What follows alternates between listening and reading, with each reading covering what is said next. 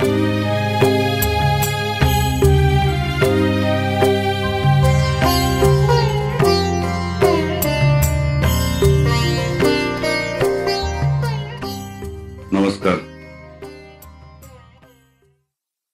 शरीर, आत्मा आणि मन अशी ही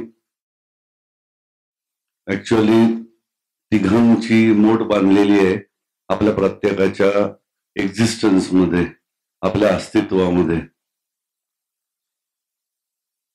पूर्वीच्या काळी जेव्हा कदाचित आजच्या ज्याला आपण प्रगत विज्ञान म्हणतोय त्या व्याख्येप्रमाणे कदाचित प्रगत नसेल सुद्धा, परंतु तरीही मानव जातीला हे निश्चित माहिती होतं की शरीराचा संबंध मनाशी आहे आणि शरीर आणि मन ह्याच्या पलीकडे काहीतरी एक तत्व आहे ज्याला त्यांनी आत्मा असं नाव दिलं होतं.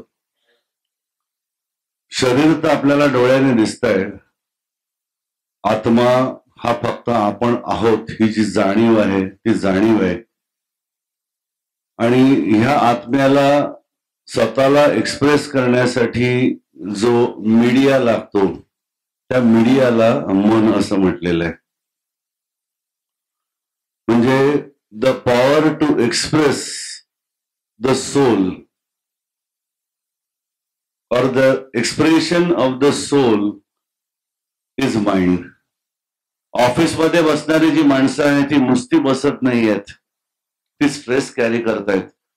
आज डेडलाईन्स आहेत, हा प्रोजेक्ट ह्या तारखेच्या पूर्ण व्हायलाच पाहिजे, हे कंटिन्युअस टेन्शन. म्हणजे म्हातारीने जे क्षणभर सहन केलं ना ते प्रत्येक तरुण मनुष्य दिवसातले 8 तास 10 तास सहन करतोय. दुसऱ्या क्षणी नोकरी जाईल का ही भीती आहे, महागाई झाल्यानंतर आपला पगार पुरेल की नाही. आपण लोन वरती घेतलाय खरं, पण अचानक उद्या American policy hire and fire आल्याने आपल्याला काढून टाकलं तर आपलं कसं होईल, आपल्या गाडीचा हप्ता, घराचा हप्ता, ही सगळी टेन्शन तो अखंड कॅरी करतोय, ज्याच्यामुळे त्याच्या शरीरामध्ये एन नंबर गोष्टी घडतायत. शरीरामध्ये कंटिन्युअस फक्त मृत्यूकडे नेणाऱ्या सडणाऱ्या गोष्टी आहेत त्या. पण त्यापेक्षा घातक गोष्ट अशी आहे की तुमची इम्युन सिस्टीम सप्रेस होते.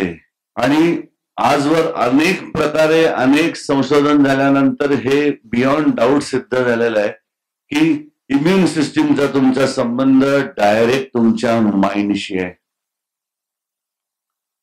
म्हणजे जर तुमचं मन शांत असेल तर एक्सेस स्ट्रेस स्ट्रेन हे नावाच्या 2 गोष्टी ज्या तुमच्या बॉडीमध्ये कॉर्टिसॉल ट्रिगर करतायत ते बंद होत आहे. म्हणजे प्राणायाम किंवा मेडिटेशन याचं महत्व किती आहे ते काय संतांना गरज नाही आहे, आपल्याला जास्त गरज आहे.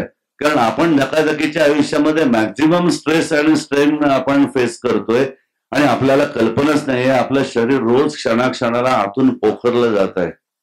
त्यामुळे ते डबल एज स्वॉर्ड आहे की तुम्ही मेडिटेशन केल्यानंतर तुमचा स्ट्रेसमुळे येणारे निगेटिव्ह हॉर्मोन्स तर शटडाऊन करताच आहात, पण त्याशिवाय जी आनंदाची अनुभूती घेत आहे ज्याच्यामुळे जे शरीराला उपयोगी असणारे, आवश्यक असणारे, इम्युन सिस्टीम बूस्ट करणारे हॉर्मोन्स आहेत तेही सिक्रेट होत आहेत.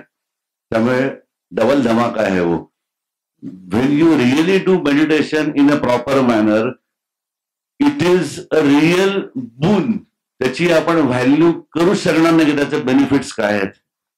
So never accept any kind of illness, physical or mental. When you have a problem, fine, definitely go to the doctor, definitely take his advice, definitely follow his advice, definitely follow his medication, but don't let the message sink in that you are ill. No. मी आजारी आहे, मला हा आजार झालेला आहे, हा message तुमच्या आतमध्ये येऊ देऊ नका. डॉक्टरकडे जा, तो काय देतो ती औषधं घ्या, त्याचा ऍडवाइस डूज डोंट सगळं फॉलो करा, तर काही चुकू नका. पण मनामध्ये आजारी बिजारी नाही, फॉरगेट इट, आजारी बिजारी नाही. मी डॉक्टरकडे जाते आणखीन छान हेल्थ माझी मिळवण्यासाठी, आजार बरा करण्यासाठी नाही जाते. हा थॉट फक्त मनामध्ये ठेवा, हे नामस्मरण आहे. आजपासून किमान ही जमलेली माणसं आहेत ना, हे तुम्ही आत्ता क्षणापासून करायला सुरुवात करा. पार्ट 2 मध्ये डिटेलमध्ये समजून घेऊया. शरीर माध्यम खलु धर्म साधनम. कल्याण वस्तू तेजस्वी भव ओजस्वी भव.